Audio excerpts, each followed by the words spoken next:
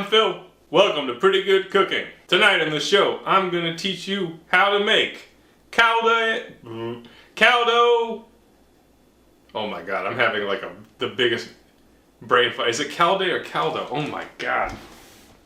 Oh my god! Hold on.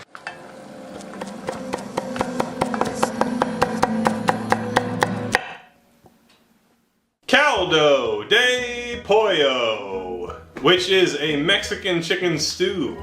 That's right. Caldo is kind of a catch-all for kind of stews or soups. And there are many different kinds. We've made previous caldos such as pozole and birria that we put into tacos. This is chicken soup. This is kind of a caldo de pollo de rancho. So that rancho kind of means country style. And this is actually one of the more simple soups where it is chicken broth with kind of like big chunky vegetables and fairly minimal seasoning. And of course, that is a palette for which you may apply the flavors of your choosing. The first step tonight, before we get started on that stew, spoiler, I already started it, is to make a drink. This is John's recipe for a sea breeze. Today's drink is, from memory, 1.5 ounces of freshly squeezed grapefruit juice. I know it's freshly squeezed because I was the squeezer. This shot glass is 2 ounces. Does it look like 1.5 to you? Sure, but do we want to double the recipe and make one for each of us? I never thought of that. Yes, we do want to do that. I'm stunned at my selfishness. John wants a drink? What? Okay, 3 ounces of freshly squeezed grapefruit juice. And then 3 ounces of vodka. This is Sobieski from Poland. It's 100% rye vodka, and last week John was telling me about it. He said it's a good value. Do we believe him? Comment now. It actually tastes pretty good. And also I can like kind of taste the rye, like in a good way. But how will I feel tomorrow? Smart.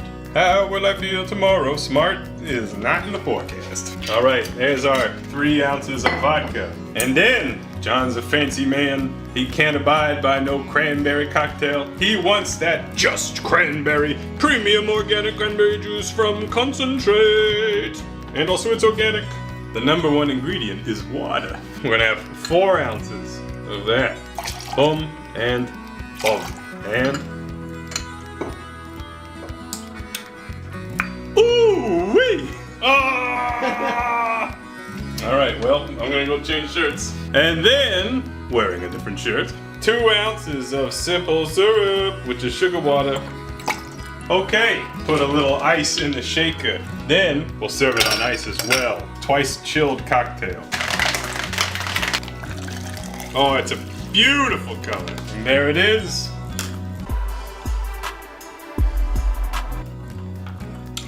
Excellent. The simple syrup really counterbalances the extreme tartness of the fresh cranberry juice. The grapefruit kind of like complements that as well. So it's almost like the extremes of tartness paired with sugar to make it something more accessible, and I cannot taste the alcohol, therefore a good cocktail. That's a really good drink. Well done. Okay, using the powers of movie magic, I have expedited this recipe. Using the powers of John's editing, here is a raw whole chicken, and then you put it in a pot, and then you boil it until it's done. Here's the end result. This is the chicken, the shredded chicken from one whole chicken. I used a 6-pounder. I think actually it was a pandemic purchase where I was like, I gotta get that big chicken to feed my family in case we can't buy food no more. So it was not a high quality chicken, but it was a one. And in addition, for a depth of flavor, I have like let the carcass boil almost all day. I think I got this shit going at maybe 8 in the morning, 9 in the morning, and I've been topping it off with water, and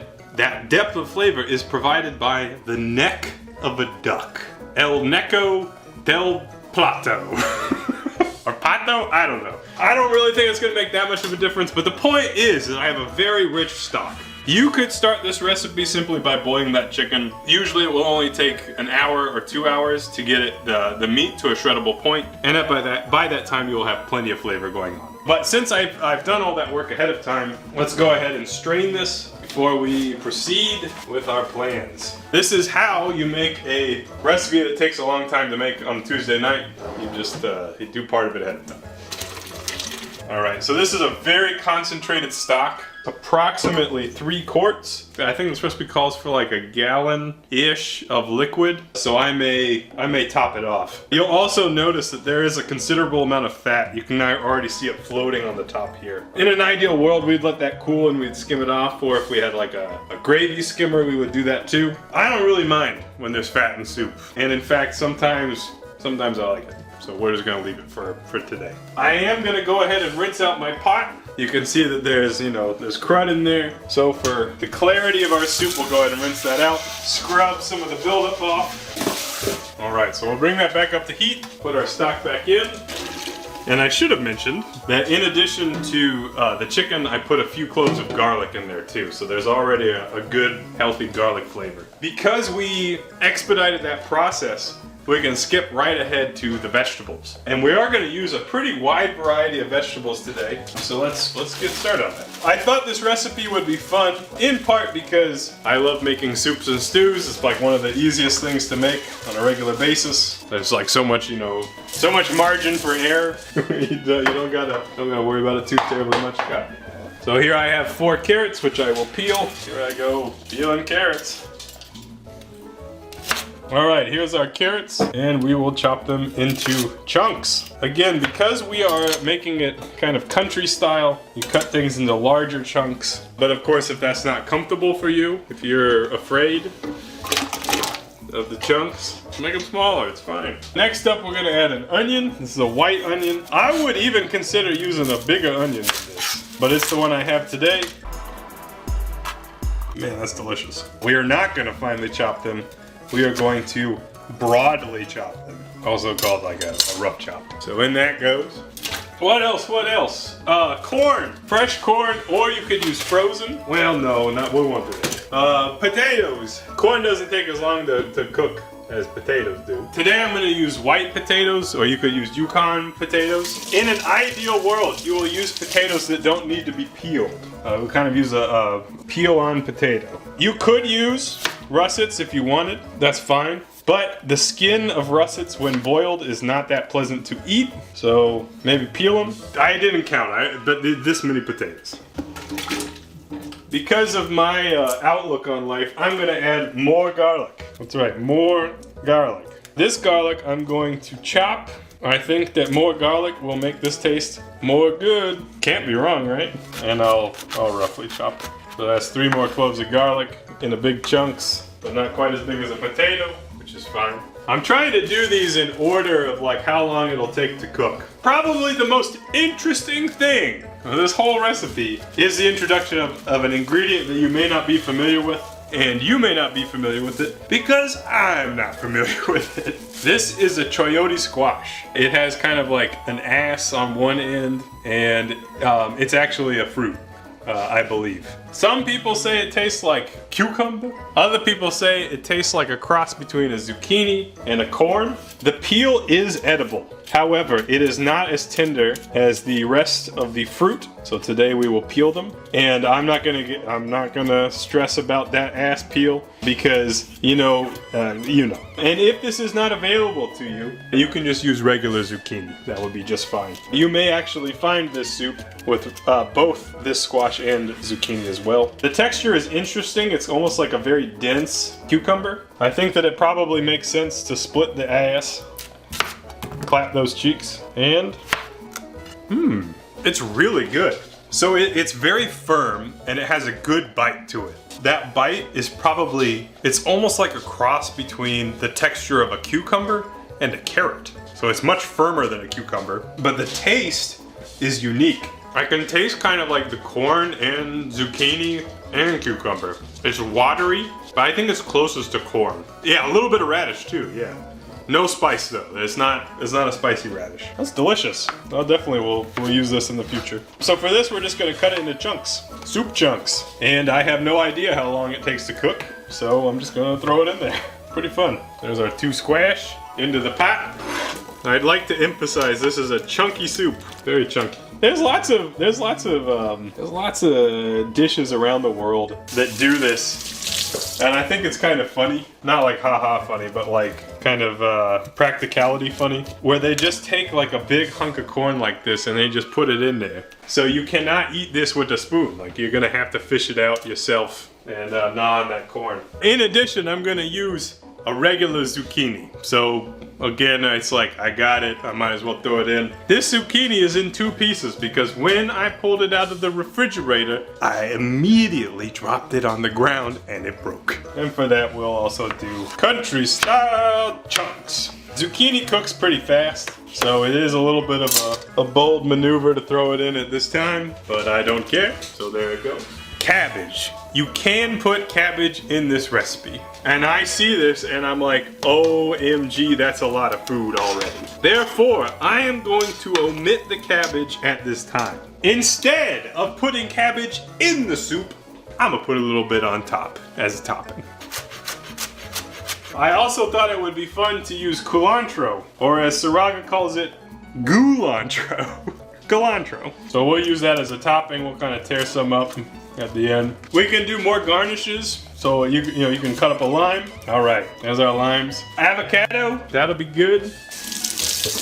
Yes, sir. I just washed an avocado. Yes, sir. Yes, sirree. All right. Before anyone asks, I am okay. No need for concern. Okay. You want to impress somebody with your plating? You get that avocado in a quarter, then you thin slice like so, and then you can fan it like this or whatever, and it looks nice. Okay. I mean, mine doesn't look that nice, but you get the concept. This is no way to eat avocado. It's too big. I don't care how big your mouth is, that's too big. Just if you want practical slices, just do it this way. Okay, and then you got little bits of avocado that are nice to eat. And I'm gonna mince some onion. This is a quarter of an onion. It's a red onion, that depth of flavor. I just think it'll be nice to have that as an addition. And then, almost every food blog photo of this recipe had some freshly sliced jalapeno on the top, but nowhere in any of them where they like put that in it. They just did it for the picture. So this is up to you. You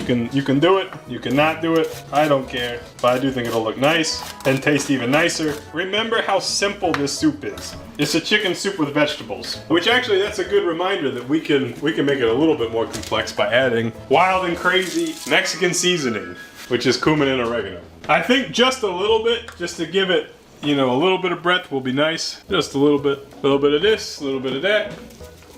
And I also think we should have done this years ago, but I should put some bay leaves in there. And I got those high-powered fresh bay leaves, so I'm gonna put 2 in, I think. And some salt.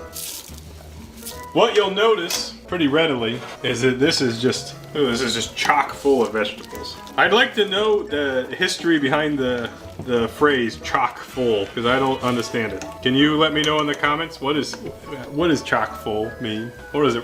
To what does that refer? And that's it for now. Basically what we'll be doing from here is letting this simmer until all the vegetables are cooked. Most likely what will take the longest are the potatoes and the carrots. I don't know about that squash, because I don't know about that squash. But I'm gonna let that simmer for quite some time, and it probably makes sense to add the chicken in too. So this is all the chicken. It is a lot of chicken. I used a big chicken. You could use a smaller one. And certainly this can be an incredibly affordable recipe. A good value recipe even. So instead of using, whole chicken is probably one of the least expensive things you can buy. But you can get cheaper. So if you wanted to use leg quarters, or just chicken legs, or thighs, or whatever. I do think that this benefits like many soups from having bones in it, but we have since removed all the bones, of course. And look at that, that is one big pot of soup with a great smell. So, that's pretty much it. So let's just let that stew for a while. John and I will kick back with these incredible beverages, and we'll be back soon. This stew is often served with rice either on the side or actually cooked in it. I'm gonna skip that today because we have such a large quantity of food. And the food's done because I can break a potato, I can break a carrot, so I'm gonna serve it up. And it should be chunky, it should be big. But yeah, I'm gonna skip the rice today. I just don't think I need it. All right, and here it is before any toppings. See what we're working with. Try our broth. That's really delicious. It has the very deep, like boiled all day chicken broth flavor, but the vegetables kind of complement it nicely. It's kind of what I do be needed in my life right now. Let's try a piece of that squash, that chayote.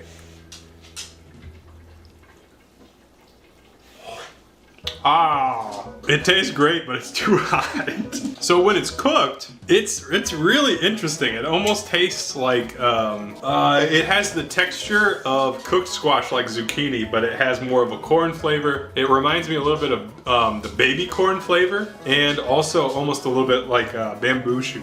So it's like that green flavor, like kind of that young, tender shoot, plant shoot. Our chicken, of course,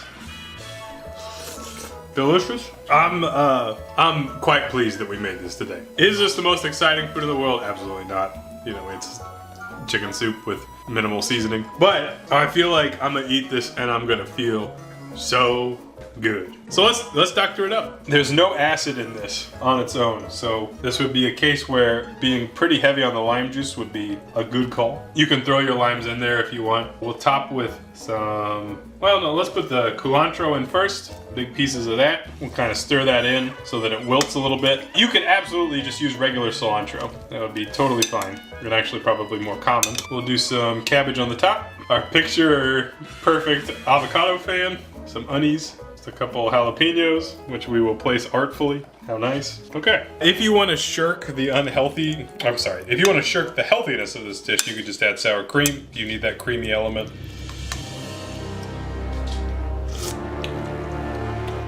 Oh, it's so good. Yeah, the lime definitely takes it where it needs to go. Even if you have all these ingredients that still doesn't have enough flavor, you could add hot sauce. And I would recommend a green pepper sauce, such as Cholula green pepper sauce. I think that would be quite nice. This is delicious. I can't wait to put this in my stomach and enter a healing state. Yeah, I don't really have much more to say about this because it's not that complicated. That's how you do it. Happy cooking. We'll see you next time on PGC. Adios, muchachos.